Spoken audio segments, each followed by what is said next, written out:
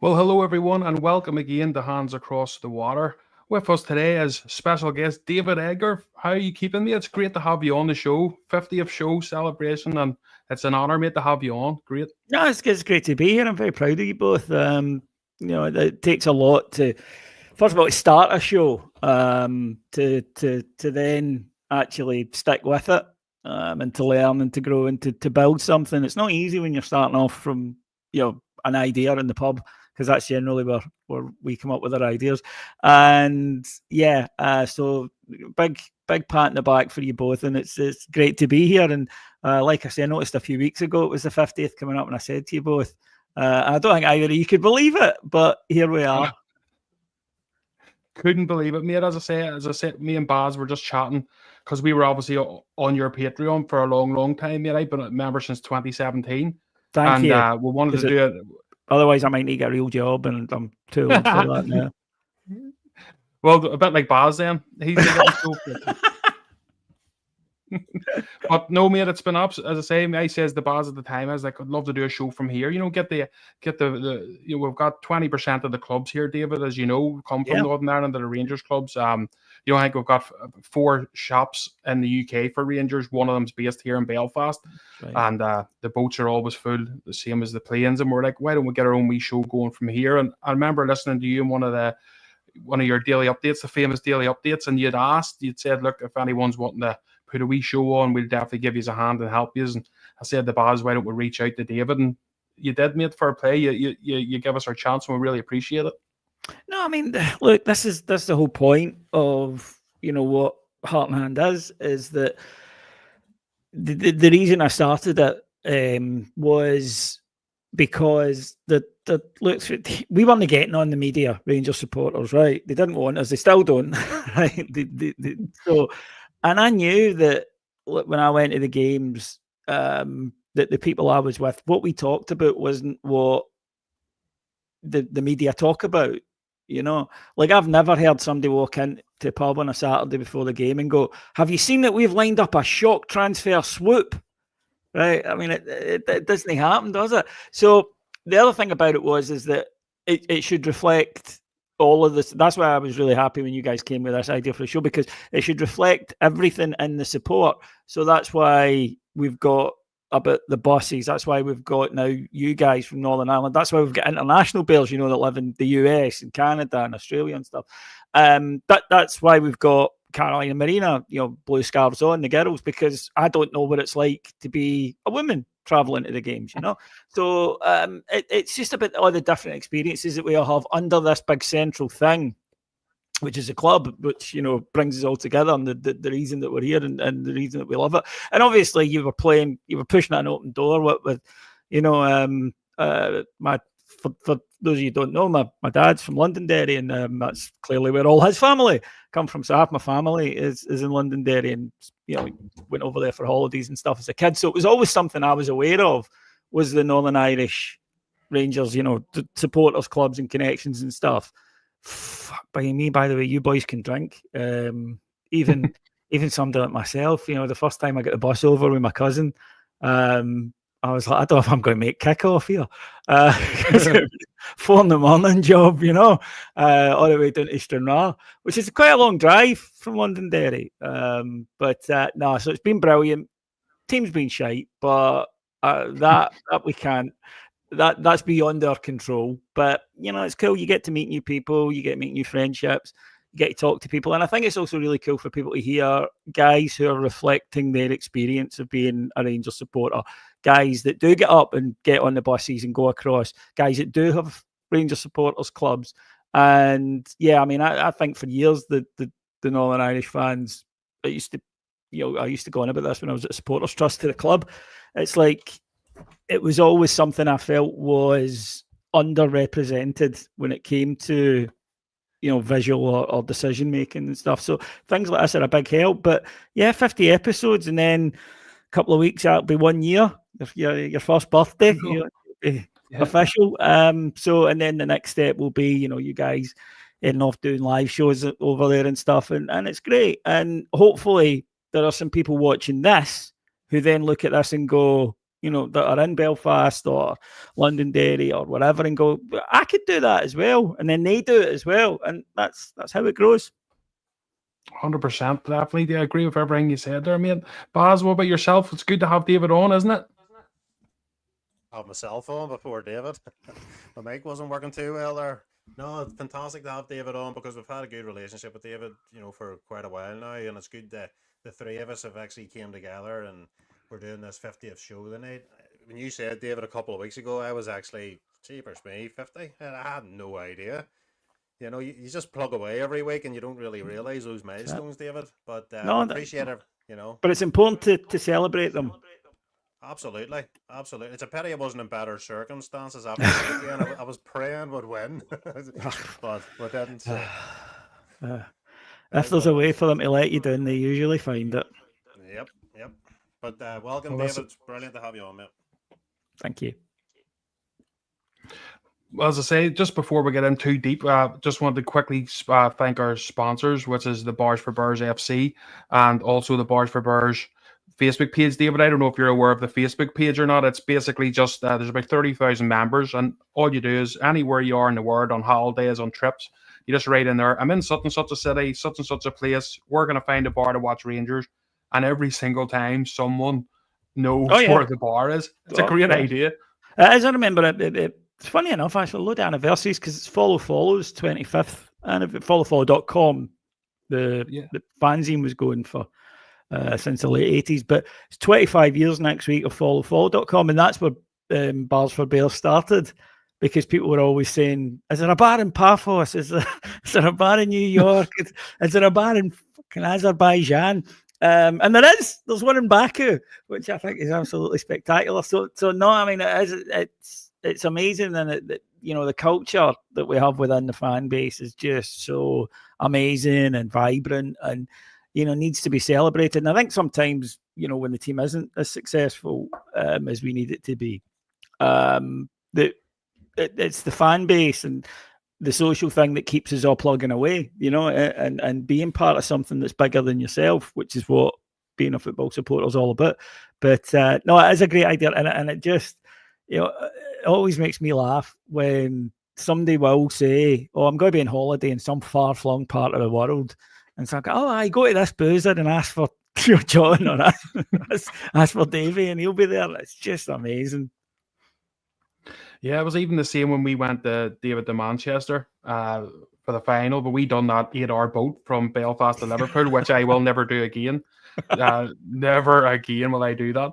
But straight away, everyone was like, right, the Liverpool guys that support Liverpool over here, they were like, listen, this is Rangers friendly. Go here, take this, go there. And you were treated like kings because you were from Northern Ireland, you were Rangers man, and because you were drinking in Liverpool before going to Manchester. And it was just great, But to say, no matter where you go, you just have that, don't you? Always Bears, it's been amazing. Especially since we started doing Heart and Hand. Some of the places I've been, on a holiday, and a guy will walk up to you. It happened to me in Moscow once. Was standing, there was a guy looking at me, and in Moscow you're a bit kind of, it's KGB kind of thing, right? Am I getting lifted here? If I checking I have enough rubles in my pocket for a bribe? And a boy walked up and he went, "What about Ted's on Saturday, Davey?" I was like, "Fuck for that." And it was a guy that worked over there. I doubt he's there now, right enough, with everything that's went on the last few years, but he was there then. Absolutely. This is the wee stories, though. You just love it, don't you? And it seems to be the way we are, David. And Barry, you'd be the same. You know this, mate. We've been going over to the Ibrox since we were young children, but we're just the same. You know what I mean? We've got that love for Rangers, but we can all level with each other. It doesn't matter if it's an English bar, Welsh bar, over here in Scotland, Australia. It doesn't matter where you go, Barry. You can just level with it straight away because you've got that love for Rangers, and we're all very similar. Absolutely, but that's always been the case. All over the years since I've been going, it's always been the case. No matter where you go, no matter where you go in the world, you'll always meet a Rangers fan somewhere, regardless. Even if it's nothing to do with football in terms of your way to watch a match or anything. You just be on holiday, you always meet somebody, and it's when the Rangers family really come together, David, don't they? When you're away, you just love talking about it and engaging with you. And I found that over the years. I mean, my first ever game, David, I remember Jimmy Nicol was playing. That's making me look old, like, but that was 6 or 7, and that's Though he was playing in mine as well, so don't but worry. but David, of all the games over the years, you always remember your first one. Yeah, you do. Your first one's the most special, isn't it? It's I don't remember a lot of things from my life due to excessive consumption of certain substances. But I vividly remember walking up through the concourse and just looking out onto the seats and seeing Ibrox for the first time. And at the time, it had all the different coloured seats. Remember? Yeah. And just still remember it. 42 years later. So there you go. Crazy. Well, I think what we'll do now, guys, is because we've had a good and fun chat. Now we're going to have to actually talk about the football team, which is the unfortunate part for us, but that's what we have to do. What I was thinking of actually doing today, David, if you weren't on, me and Barry could have just stuck up pictures and probably run one of our old shows. Copy and paste, and it would have been copy and paste it in, decent in Europe, crap in the league, usual nonsense. But we'll go through it a wee bit here anyway, David. It's me and Baz especially, and obviously listening to your shows as well, everyone's so excited that we needed that difference. We needed the new owners in, and we've got Russell Martin in now. We weren't all obviously on board with that. I think we done a wee poll on our page. You done one, we done one as well on our page. I think it was like 5% wanted Russell Martin, but once the decision was made, just like everything, you just get behind it because that's what we do. Like, okay, it's been made now, let's back the man. And I would say the majority of us will. But it's very deflation's come in very quick for us all, hasn't it? When you're still seeing the same old problems. And I know it's only 2 games in David, there's a long way to go. But, there you go. You've got good match in Europe. You're thinking, right, he scolded the team after the Motherwell debacle. He's played the first, and a different 11. They played really, really well. Then I was hoping, I don't know about you, but I was hoping he was going to stick with the same 11 coming into the Dundee game and thinking, right, you've given them a scolding. The new guys have come in. They've played well for you. You've given them the chance. And silly me for expecting something different. Unfortunately, that wasn't the case. We played Dundee and it was just poor again. It was just rinse and repeat. And I think that's what's got people peed off over the weekend. Yeah, I absolutely. I know I was probably more angry because my expectations going in were 4 or 5, and make no mistake, it should have been, because Dundee are not a good side, nor were they a side on a good run or full of confidence or any of that stuff. So there's no mitigating factors for that. And you're absolutely right for all the reasons you said. Really good display in Europe, new players coming in, a buzz around the stadium, and there was at the start of the match. That's the thing. And we talk about how difficult Ibrox can be to play in, and that is true. But they were not, they were pushing against an open door early on. Had they started and seized the game, which is something that continues to frustrate me, the way that Rangers just give halves of football away. And, the old cliches are true. Get through, for a team coming to Ibrox, get through the first 20 minutes, because then the crowd will start to get antsy. So for me, it should work the other way, where the Rangers team are saying, right, lads, let's get them broke down early. Let's get right on them. Let's have the pressure, get the crowd up. But time after time at Ibrox, we watch Rangers just do what they did on Saturday, which is just knock the ball about aimlessly, slow possession, not being challenged, because the other team are going to let our centre-backs have the ball, right? They're quite happy, and they're not going to come out. They're going to sit there in their 5-5 and hope they can get a set piece, which, of course, they nearly did in the first half, and they definitely did in the second. And that's why Rangers have got to be much more front foot and aggressive and onto them. And the other point you make is spot on. This now, regardless of whatever anyone thinks about Russell Martin, the fact is that he was not a universal choice. And as you mentioned, they are not even close to it. It wasn't even a kind of 50-50 choice. Very few fans actively wanted him, and a lot just completely didn't. So you're right, when he arrives, then it's a case of, right, lads, we all need to get behind this, and we do. But your doubts are still there. What he needs to do is get off to a really strong start. And it's this weird thing about Rangers where at the moment, you cannot say it's been a terrible start, because we win tomorrow night, or we, get through tomorrow night, and I think we will, then we're into the fourth round of the Champions League. We have a real shot at getting to the Champions League. But equally, you then look at the league performance and you say, well, that's well below our expectations so far, albeit it's only 2 games. And instantly, all the kind of doubts come flooding in. There's nothing we can do about this. This is the thing. There's nothing we as supporters can do about how we feel, right? You can argue logic. You can say, well, it's 2 games and, it's this and that. But how you feel in your gut, that just happens, right? That's not something you've got control over. And right now the feeling is, we've seen this before. We know how this plays out. And it's up to him and the players to change that. There is a culture at Rangers where people go into their shell when it gets a bit difficult and they hide. And we've seen it. We've seen it the last few games. And until he can change that, then the circle continues.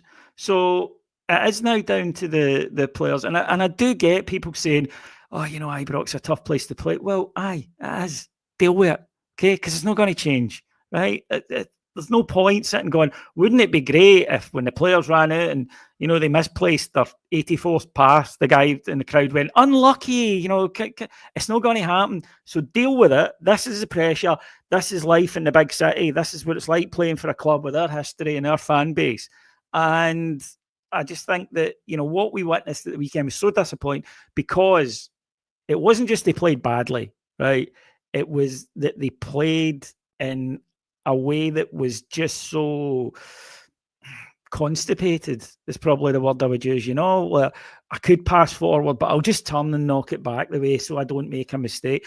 And when you see this kind of fearful, tepid, slow football, you just think to yourself, if Rangers had battered Dundee and missed umpteen chances and their keeper had a worldie, would have been raging, but it wouldn't have been this type of rage. It wouldn't have been this feral. And it's because Rangers, in my opinion, didn't look like a side that were going all out to win that game until the last 5 minutes when they panicked. Yeah, no, 100%. And I tell you, Davey, just as you say there, mate, and you're right. There was a game against Ross County, I think it was last season, and they came away with a good result at Ibrox, but the keeper just had the game of his life on that day. And everyone, even us in the show, when we were talking after, we're pissed off that we didn't get the win, but we're like, fuck, at least we were battering down the door and he had good saves. You couldn't say that yesterday. That's the disappointing part, and Barry, I'll just ask you for as well, because David had mentioned there about passing the ball back, and just want to go through a few stats anyway, just you all know probably most of these stats, but I was looking yesterday myself. So we done 709 passes. Dundee done 227. So out of the 709 passes for us, we done 175 forward passes. On the 227 that Dundee had passes throughout the game, they made 93 forward passes. And I'm just thinking, it's like, I think if it was like 450 passes if you count our back four and Rothwell, and that's not counting Jack Butland anytime he's had to hit the ball out and pass it at the keeper. So out of 709, maybe 209 of them have been between your midfield and your striker, and you're not going to break those teams down, Baz, with those kind of stats. It's just not going to happen. Well, unfortunately, this has been the same case for the last 2 or 3 seasons. When we've been playing like that, I mean, it's regardless of who the manager's been in, the team seems to always revert back to those same tactics. Even when Gio and stuff was there, it was the same thing. Bale was there, it was the same thing. Clement, we'll not really talk about him. But if you're talking, the thing about it is, at Ibrox, we should be the dominating, not in possession, but the dominating and attacking. And on Saturday, and even Motherwell, it looks like the players are a wee bit, rabbit in headlights sort of thing. They don't seem to know when to make that real good forward pass. We do it in Europe very easily. But when I've been watching in Europe, these teams come at us. They don't sit with 10 at the back. They seem to make them forward runs against us, and that allows us to come in behind. On Saturday, Dundee had nearly every time a winger had the ball, they had 2 men on each winger. Every single time we tried to go forward, they had 2 men, and we didn't know how to unblock that. So that's why you're seeing the reverting of passy and back and back and back, because they had no idea of actually how to make that killer pass. The midfield looked a wee bit offish. Cameron was trying to run his best. He was trying to do everything he could to unlock. Diamandi went missing. And for me, I actually thought Joe Rothwell got a wee bit of a raw deal. So I've seen a lot of the fans sort of, being a wee bit negative towards Joe Rothwell, but the problem is if you don't have a player come and tell you in a forward movement, you can't pass the ball forwards. You end up having to look behind you, pass it sideways. And I actually thought Joe Rothwell got a wee bit of a bum deal there. I don't know what you think about that, David and Rothwell. I think Rothwell's a type of player that a team needs, but if it's not going well, he's the type that the fans might look at and think, yeah, what's he doing? Because his job is to just get in there and nip the ball and keep moves going and join things on. So I can understand people thinking, well, what's he doing? I do think he could do a bit more going forward, by the way, but I think he will. Having watched him a fair bit at Leeds, that isn't all he does. I think we need to, see him complete 90 minutes, though, because that's I don't think he has yet, has he? I think he's been subbed in all the games so far. So I can understand. And another thing is that there needs to be movement ahead of him. Now, you mentioned Diamandi there. I'll be honest, I would sell Diamandi because I think Diamandi's a very talented player. And I think his performances in Old Firm matches and in Europe are excellent, but he just does not translate it for whatever reason into domestic form. And a guy with his ability for me should be actually not only showing up in these games, he should be dominating them because he's good enough to do that. So I think at the moment, I'm not quite sure of the midfield balance, where it looks like to me it's a 1 and a 2, whereas I'd prefer it to be a 2 and a 1. I think I would rather have Raskin next to Rothwell for his energy, because you saw that he's a brilliant ball winner, he's brilliant at ran, and what he does and what he did, especially as the game went on, was when Dundee were trying to come out, he was just going and taking off them, so he smothered them, and that's when we started to actually look like doing something, because that's what you need to do. You've got a packed defence, there is no space, and I felt in the first half we kind of looked like it was almost like some of them kind of went up and went, oh, there's no space, as if it was a surprise, and then it was like, right, you're right, lads, there's no space, you still need to find a way to get through it. And I think so, like Rothwell, I think will end up being a good player for us. I can understand that he's maybe not the type that's going to grab attention because a lot of his play. But you guys will remember the first time we had Stephen Davis. People don't like to hear this, but it used to be said about him as well. It's like, Davis, he gets the ball and he just plays wee short passes all the time. Ray Wilkins, going back even further, he just does. Yeah, he does, and it's really important. But it's really important in a team that's functioning and the system that's functioning. At the moment, the team isn't functioning particularly. What disappointed me was a point that Baz mentioned there. What disappointed me was every time the wingers, they had 2 on them, right? You're absolutely right. That means somebody else has to be in space, right? That's what that means. So what you need to do then, and what Rangers were doing too often, was they would get the ball, look up, 2 men on the winger. So instead of passing it to the winger, they would pass it to the fullback, and he would look up and still see that there's two guys on the winger. So, of course, he turns back, gives it back to the centre half, passes it to our centre half, back again. Right, no. What happens is when the centre half comes forward and sees there's 2 men on him, then you get it forward to one of the guys that we've just identified that must be spare.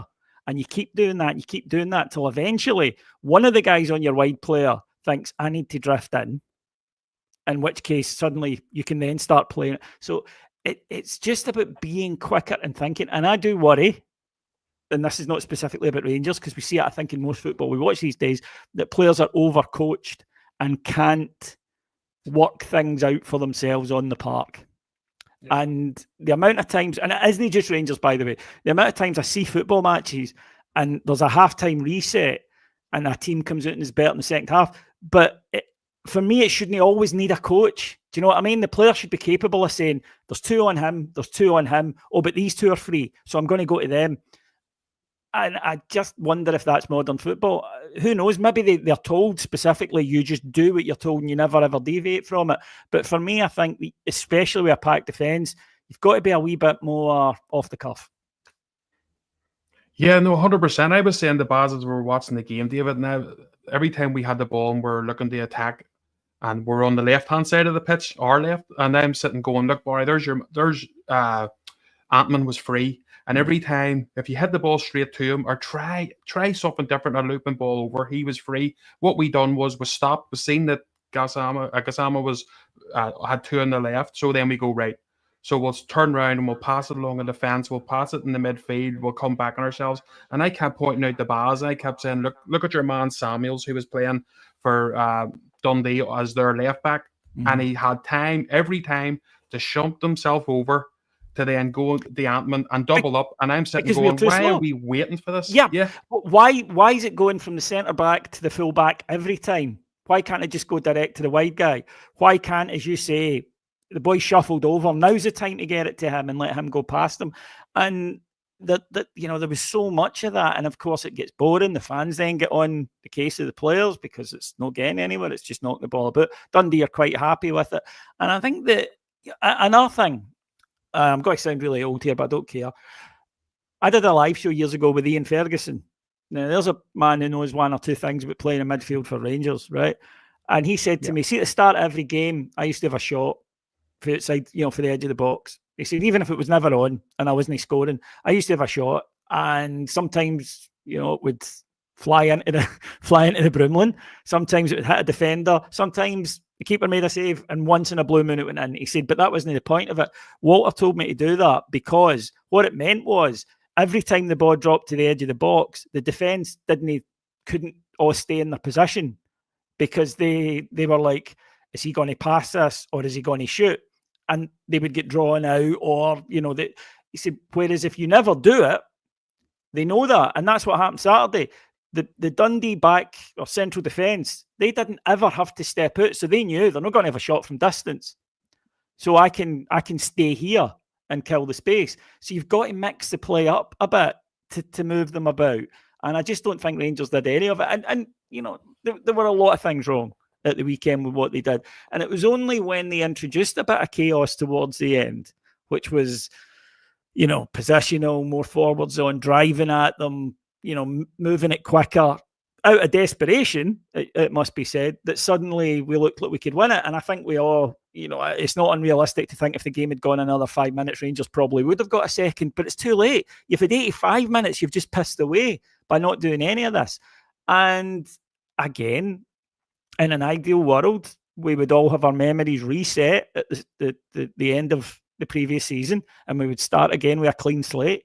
And, there are new owners, there's a new coach, there's new players, but it doesn't work like that. Instead, we go, Christ, we just watched a season of that and we can't be doing it again. So, yeah, it's all about, tempo, the way you start a game, having the confidence to try something different, right? Having the confidence to go, oh, the plan that we had come up with earlier isn't working, so we'll try this instead of just constantly going, right, oh, there's nothing on, I'll turn and I'll give it back to Suter, or there's nothing on, I'll turn, I'll give it back to Giga, because Dundee just sat there and they got more and more confident, and the more confident they got, the more resolute their defending got. And what happens is that a team gets to half time at Ibrox 0-0. You Rangers have put an extra 10% into their legs because you've given them that confidence and that mettle. And that's why you need to just go out for the start, full pelt, and see where you are. Because even if you concede in that opening 20 minutes, no disaster. You've still got 70 minutes to turn it round. But when you piss away a half and you concede after 55 minutes, panic stations. Yeah, and David's correct there, Baz, isn't he? Like, it's so slow, it's so predictable, and it gets these teams actually then easy to get into the game because they start to get comfortable, wherever we should be on them from the start and making them uneasy. Well, if you've seen the interview from the Dundee player after the game, they were confident before the game that they could actually get something. And for the life of me, that you should not be going to Ibrox. Yes, as an opposition, you should go to Ibrox with, trying to get a result. But you shouldn't be going to the Ibrox being ultra cocky, thinking that you're going to get something that you really actually do think you're going to get it. There's one thing going and trying your best to try and get a result. There's another thing going with confidence that you're going to actually do something against Rangers at Ibrox. And Rangers have definitely in the league, except for them, it's across the city. all the other teams are coming to Ibrox and giving us problems. That includes the away form, but these players seem to. It's like everything when you play Rangers or you play them across the city. You always lift your game. It's a big match. You get your adrenaline going. You're at Ibrox. You want to play well.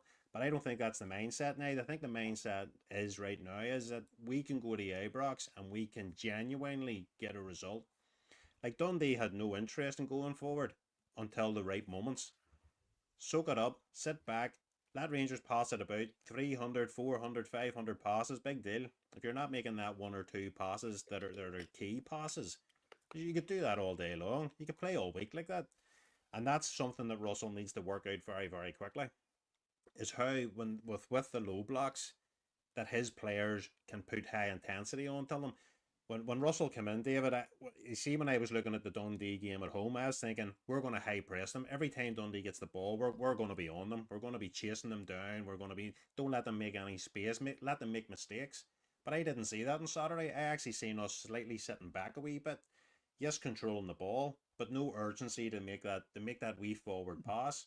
And we ended up lumping balls into the box, hoping for something. That's what ended up happening, and that shouldn't be the case. Yes, players like Asegard, we haven't seen David. We haven't seen him play for Rangers yet, and I'm hoping that when players like that come in, they're the players that can create moments.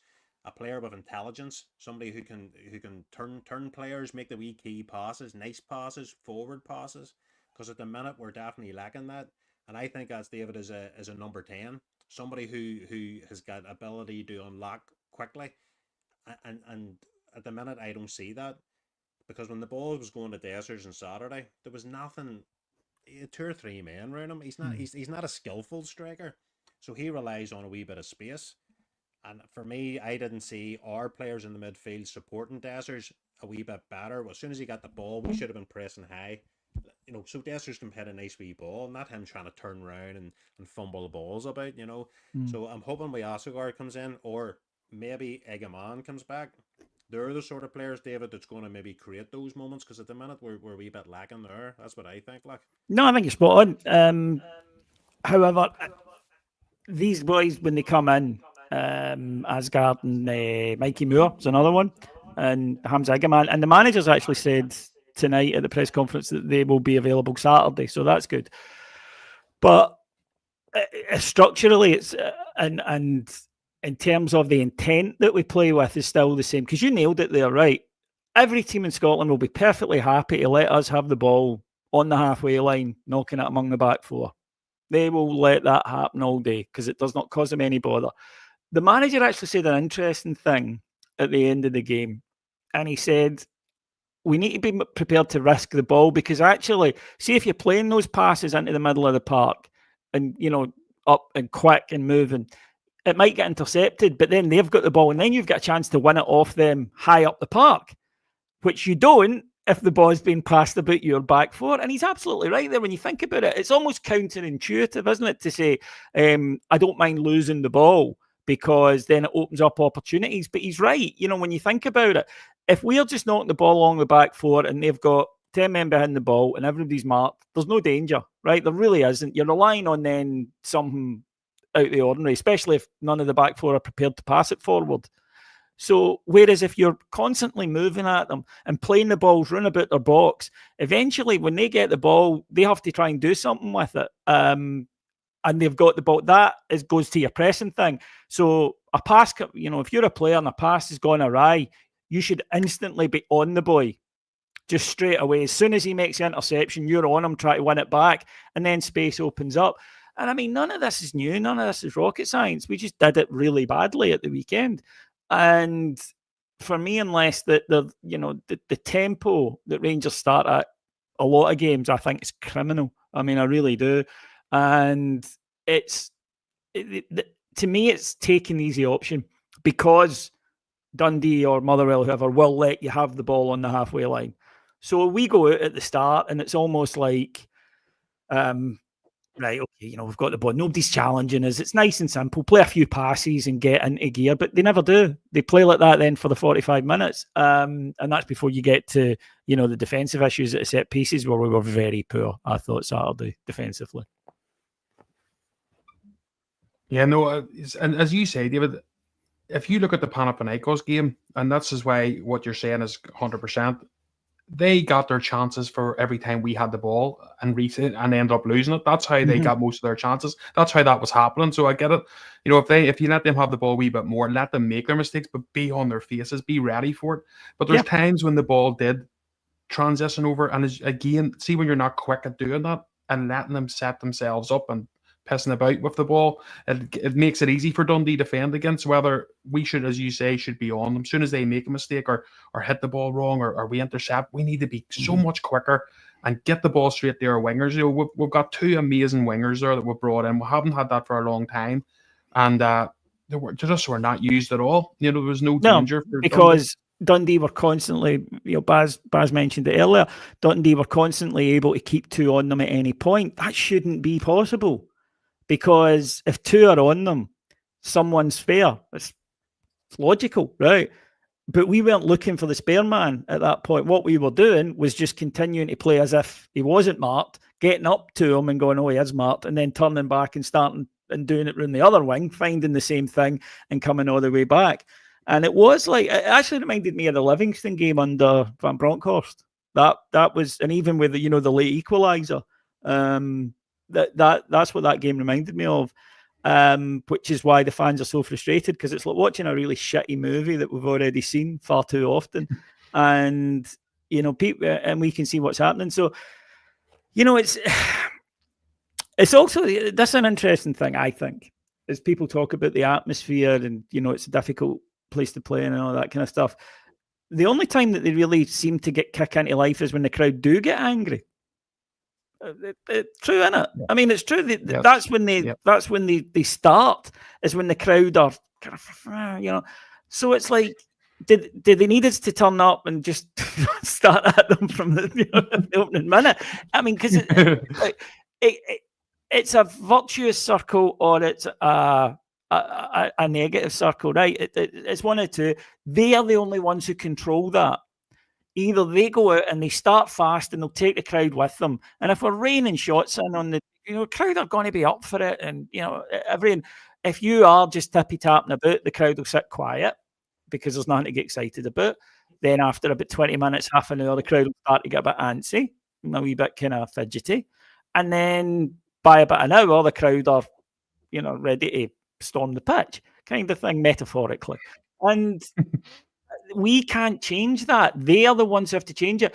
The relationship between fans and players, I think, is one that feeds on each other. But where we are in it is that we really need them to start the process. And the Rangers fans are desperate to get behind their team. Look at last week. Look at when we saw what we wanted to see in the game against Pilsen. And the place was rocking, the noise in the second half.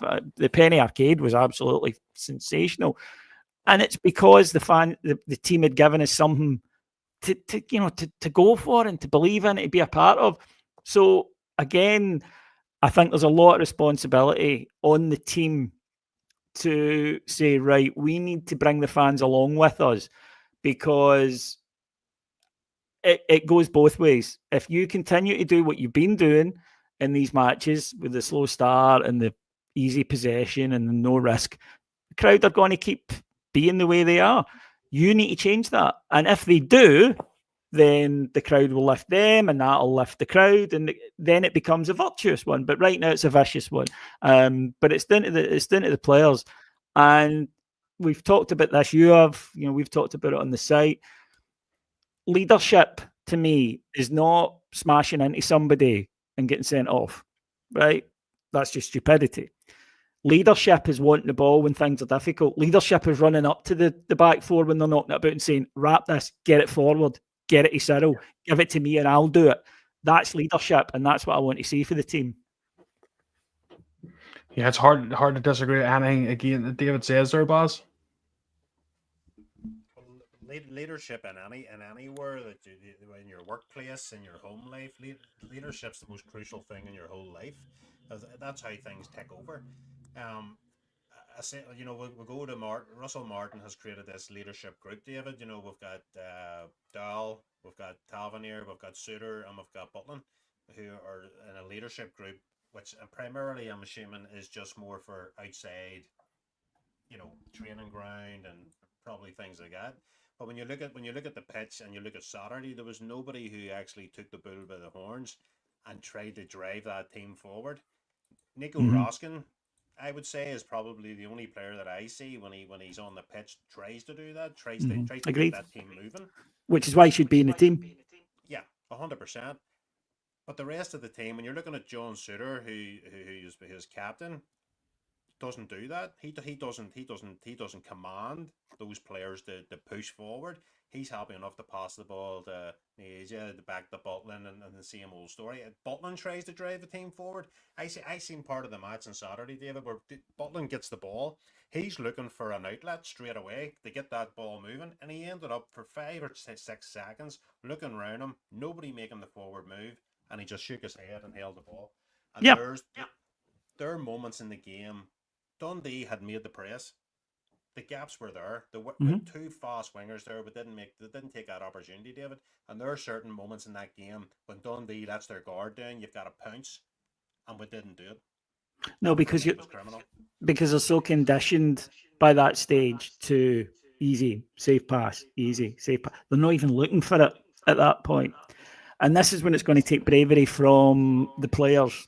It's going to take bravery because I keep hearing a lot about how we as a support, we need to adapt and we need to understand what they're trying to do. Okay, and I buy that to a degree, right? I do. I understand that. I was there.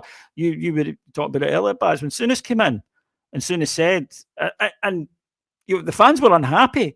Get it forward. And Souness was like, no, we're not getting it. This is how we're going to play it. Ball stays on the deck. But the difference was that you could still see, what they were trying to do. And you could see, when it wasn't going well, you had Terry Butcher in that team, you had Graham Souness in that team, you had Jimmy Nicholl in that team, you had Chris Woods, and they had Davy Cooper in that team. And they would push everybody forward and demand a wee bit more. And I don't see that. I didn't see it at the weekend. I don't see it often enough. And funnily enough, Martin from Heartland, he actually asked Russell Martin afterwards, he says, the leadership that you speak about, do you have it in the building, or do we need to go out and buy it? Because at the moment, it seems that it isn't there. And you're absolutely right, and again, I go back to, do the modern footballers have that ability to half an hour in go, right, everybody come here. We're knocking the ball about much too slowly. So for the next 5 minutes, you had it there, you had it there, you had it there. And we can all pick examples of players, and not just at Rangers, Gerrard when he was at Liverpool, Roy Keane when he was at Man United, Vieira when he was at Arsenal. They were the types that would go and say to their teammates, right, what we've been trying isn't working, so we're going to do this for the next 5 minutes, right? And we're going to change the dynamics of the match for the next 5 minutes. And I don't see that enough from this Rangers team. So maybe we will have to bring in players who are the type to do that, because you would have been perfectly within your rights as a Rangers player at the weekend to bolt back to defence and say, get it forward quicker. That's too slow. Stop taking time. Or you would have been equally within your rights as a Suter or whatever to walk into midfield and say, get it forward quicker to that. Give me a move, give me runs, give me something to hit. But we didn't see any of it, and then it just continued the way that we'd seen it. Jump in there because you've made a good point there, David. That's what I was getting at. Is that person that's on the pitch to make that statement? You know what I mean? To go to charge at other players and get their mojo going. And that's the problem. Inadvertently, the players tend to, what's the safest option? Say nothing and do nothing. And that's why I actually personally, David, I was hoping and praying that Nico Roskin would have been made captain. And I'm not going down a route here for James Tavernier. It's got nothing to do with him. I'm going down the route is, if Nico Roskin got a Cotton's armband, I think you get more from him. I think you get more leadership in the pitch. And we're talking about players being leaders and driving the team forward. I actually think we've got that player ready there. I think that player's sitting there, David, and he's ready to go.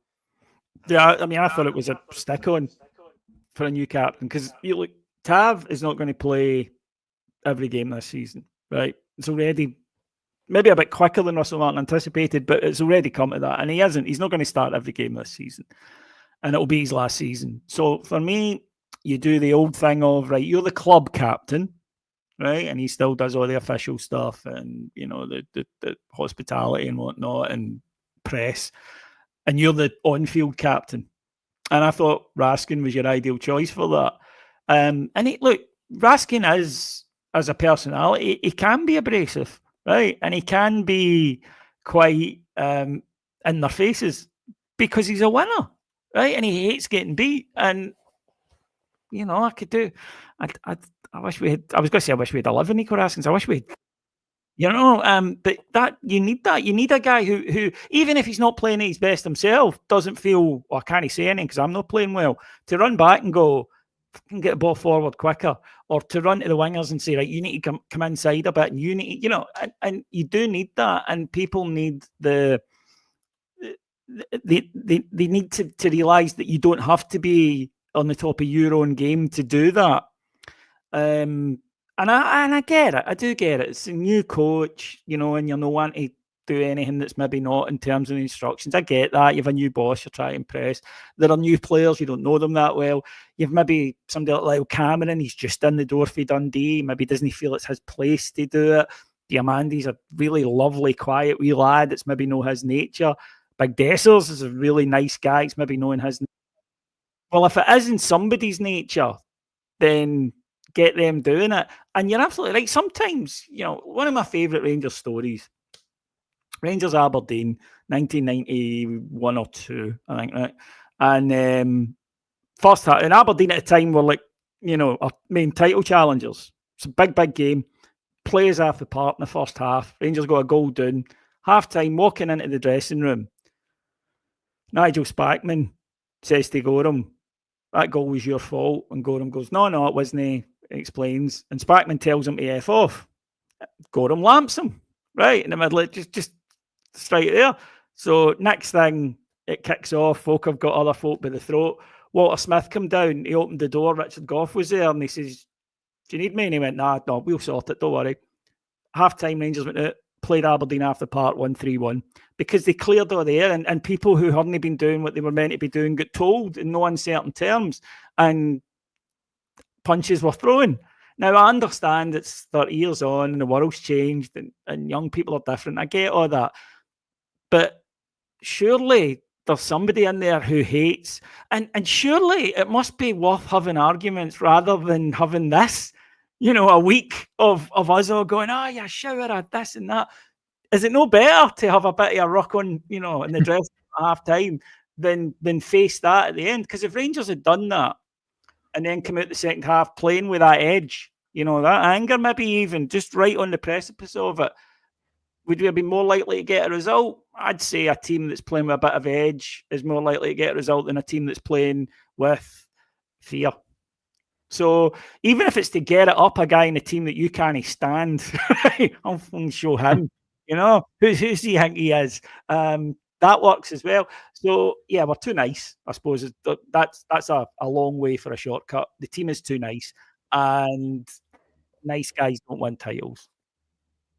No, 100%. You know another thing, David, when you're talking about mentality there in the team and back in the day when players would have looked at each other and challenged each other and physically smacked each other if they needed to at the time to get a result. But the likes of Proper, now we know he's away, but the only reason I'm bringing him up, David, is he was genuinely baffled when he done that interview to say, and they said, look, you didn't have a good time over there. You know, he's sitting there going, what? No, I played okay when I was there. He was genuinely baffled that people thought he was a poor player. And I'm thinking to myself, again, that's in your dressing room. When he did have poor performance, he just didn't suit the league. But there's obviously people not in the dressing room that are willing to go to him and say, you need to be doing better than that. You know what I mean? Mm-hmm. It's an acceptance of a certain level, and everyone thinks they're doing okay.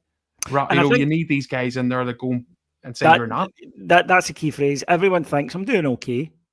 You know, and generally most of them are. They're doing okay. But okay doesn't cut it at Rangers. That's the thing. And that's what needs to be put into their heads. And that was my big problem with Clement, you know, because Clement deep down believed he was doing all right. You know, all right, we went out the cup to Queen's Park. That was bad. But, you know, we've been reaching cup finals. Okay, we didn't win them, but we were getting to them. We were second in the league and we've got the second biggest budget. So, you know, that's where we should be. And that was his attitude, and it permeated the club. And that's something that Russell Martin has to eradicate. And I do have a bit of sympathy, by the way, because if you've ever went into a workplace where there's a rotten culture, you can't just, and it goes, doesn't work like that, right? You've got to unlearn habits and put new ones in. And it does take a wee bit of time. The catch-22 at Rangers is you don't have a bit of time. You know, it's the old thing about you're trying to build the car while you're driving it. But that's the reality of the job. And if you've taken the job, you have to accept that's what you're going to get judged on. And again, I don't think anyone was expecting it to be perfect, but we should still have more than 2 points from Motherwell away and Dundee at home. And that's why people are pissed off. So now we're in a situation where the next league game, be it against St Mirren or be it against Celtic, is a must-win. There's just no debate about that. Nothing else will be acceptable in these two matches. Rangers have to win them both, or one, depending if St Mirren gets called off or not. So I think that, you know, they have put themselves into a situation. I don't think there's much point having the debate about whether Russell Martin should go, because he's not going to.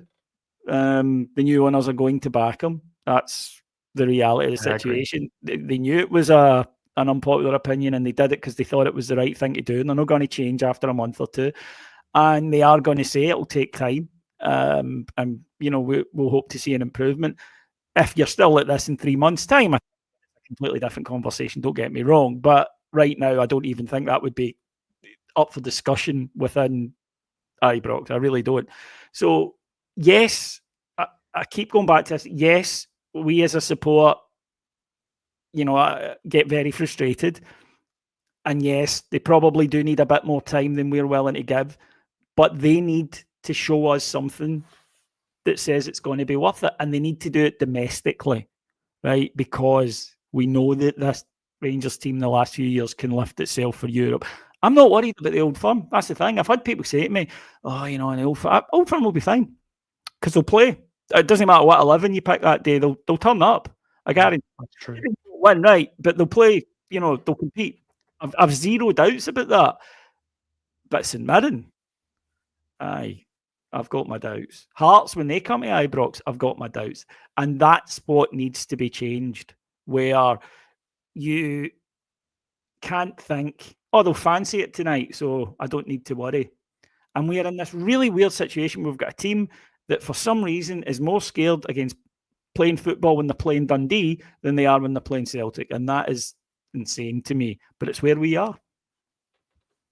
Yeah, it's true. And there's a lot of people, as David says there, Barry, you know, Russell Martin will be, you know, the board have backed this guy. It's as simple as that. There's been too much money spent. They're all in with him, and he just needs to get it right, or else it'll be a long, hurtful process for us, because he is going nowhere, in my opinion, anytime soon. And hopefully it does work.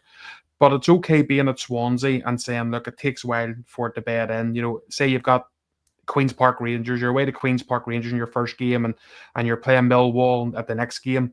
And all right, you maybe get a loss here or a draw here, but what we expect as Rangers supporters, the way he says it's going to hurt for a while, yeah, you're playing Motherwell and Dundee, and the least we expect is 6 points there. All right, it mightn't be great, it might be hard to watch, we might just get over the line. That's what we expect as Rangers fans, being a tough start and letting this, you know, the process, but having 2 games where you're lucky to probably even get the 2 points, because Motherwell should have beat us.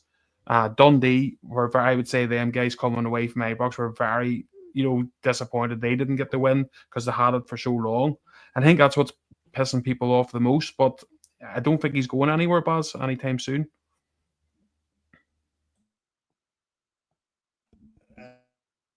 David's right. I mean, the American owners haven't brought Russell in to sack him after a month or two. That's just not going to happen, and it's very unrealistic.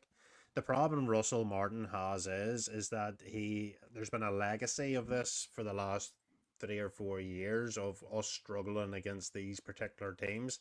The St Mirrens and the Motherwells, etc., Kilmarnocks, but it doesn't matter who it is, except for them as across the city and except for Europe. That's we've now got to the point where we're okay there. We've got a major problem with the smaller domestic teams, and you know, from the previous managers, every Rangers fan is just sick and tired of the same thing, of consecutive seasons of struggling against all these teams. So in the first 2 games, we've done it again.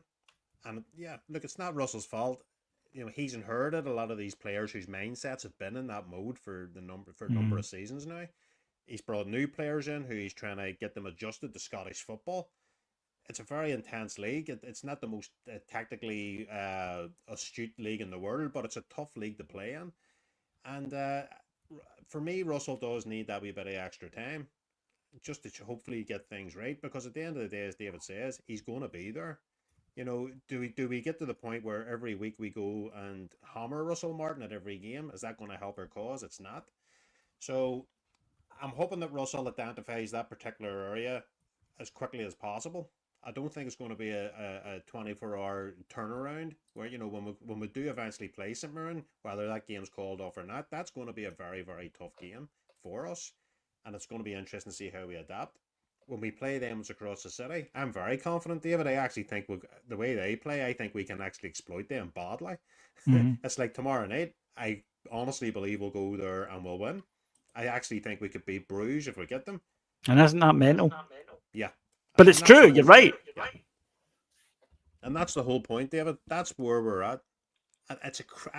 Of all the years that I've followed Rangers since a small child, I never remember being in this situation. It was always, David, we used to clean in Scotland football, we cleaned them. Then we went into the Champions League and we were fearful. We got the Real Madrids or even the Panathinaikoses in them days. We were always fearful that night. We always found it was going to be a tough night. It's actually the adverse reality is happening at Rangers, and that's it's mind-boggling. Yeah. Yep. No, it's I say, guys, we're sort of rinsing and repeating, and it's sad, isn't it? Like we're doing this all the time. We'll go and play tomorrow. I have no doubts that we'll play well. I have no issues with tomorrow whatsoever. But Stevie Robinson, who's actually a guy from over here, good Scottish manager, knows what he's at that level. And if we are to play, now that game will probably won't probably happen, David, obviously, because I think there's a clause now, isn't it? We can get that game postponed.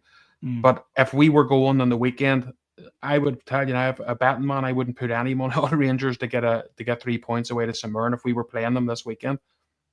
Yep, and that's as Baz says, that's a weird situation that we find ourselves in at the moment.